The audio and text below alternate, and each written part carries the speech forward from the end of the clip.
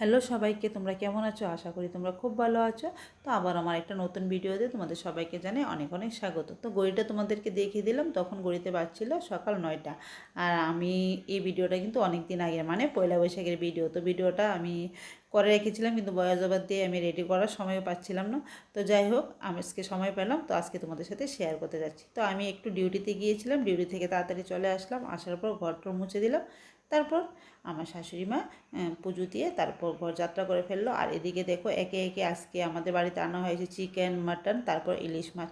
তো আমি মাছটা ধুয়ে মশলাগুলি সব রেডি করে ম্যারিনেট করে রেখে দিলাম। আর এদিকে আলু, পেঁয়াজ, রান্নার যা যা লাগে সব কিছু কিন্তু আমি রেডি করে তারপরে আমি কিন্তু গ্যাসটা জানালাম। তো একে একে আমি এখন মাছগুলি সব ভেজে নেব। আর গড়ির টাইম প্রায় শেষ হয়ে যাচ্ছিলো, তাই আমি ড্রেস চেঞ্জ না করে কিন্তু রান্নাটা আগে বসিয়ে দিলাম।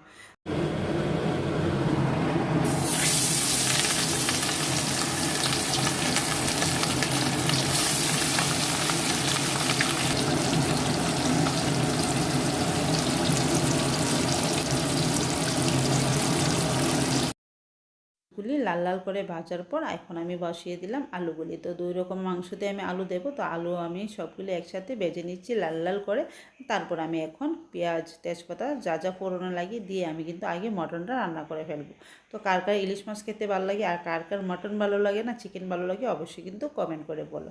তো এদিকে দেখো আমার সর্ষে ইলিশটা হয়ে গেছে। আর এদিকে রমির জন্য আমি চিকেনগুলো, মানে ওর মাংসগুলি আমি বয়েল করেই খাওয়াই, তো ওগুলো আলাদা বয়েল করতে বসিয়ে দিলাম।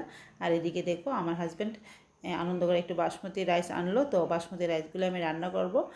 তো জল বসিয়ে দিলাম, জলটা ফুটে আসলে কিন্তু আমি চালগুলো দিয়ে ভাতটা রান্না করে ফেলবো। আর এদিকে দেখো খাওয়ার জন্য সব স্যালাড আমি রেডি করে রেখেছি।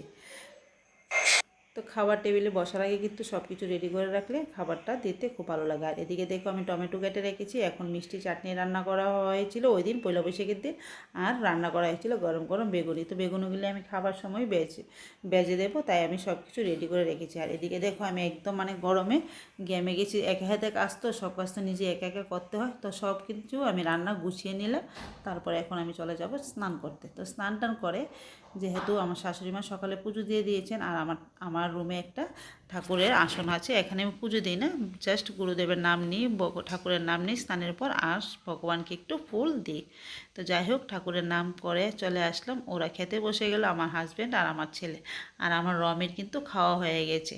তারপরেও কিন্তু ও দেখবে, ওরা ওদের পাশে বসে আছে। তো তোমাদেরকে একটু এক ঝলক দেখিয়ে দিচ্ছি। এই দেখো, প্রত্যেক দিন ওর এটা ডিউটি।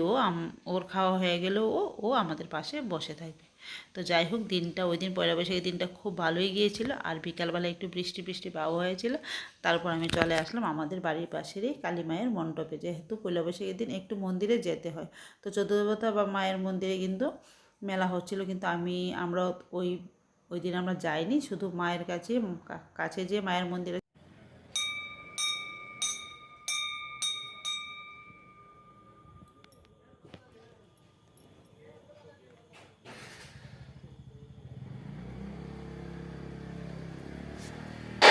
তো বাড়ির পাশে যে কালী মায়ের মন্দির আছে ওখানে গেলাম, আর সবাই মঙ্গল কামনা করে মায়ের কাছে আমি মোমবাতি জ্বালিয়ে দিয়ে আসলাম।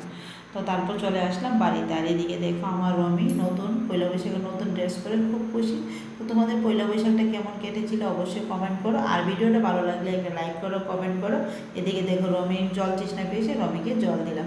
তো আজকে ভিডিওটা এতটুকুই। আবার দেখা হবে একটা নতুন দিনে নতুন ভিডিওতে। সবাই সুস্থ থাকবে, ভালো থাকবে। সবাইকে টাটা অ্যান্ড বাই বাই।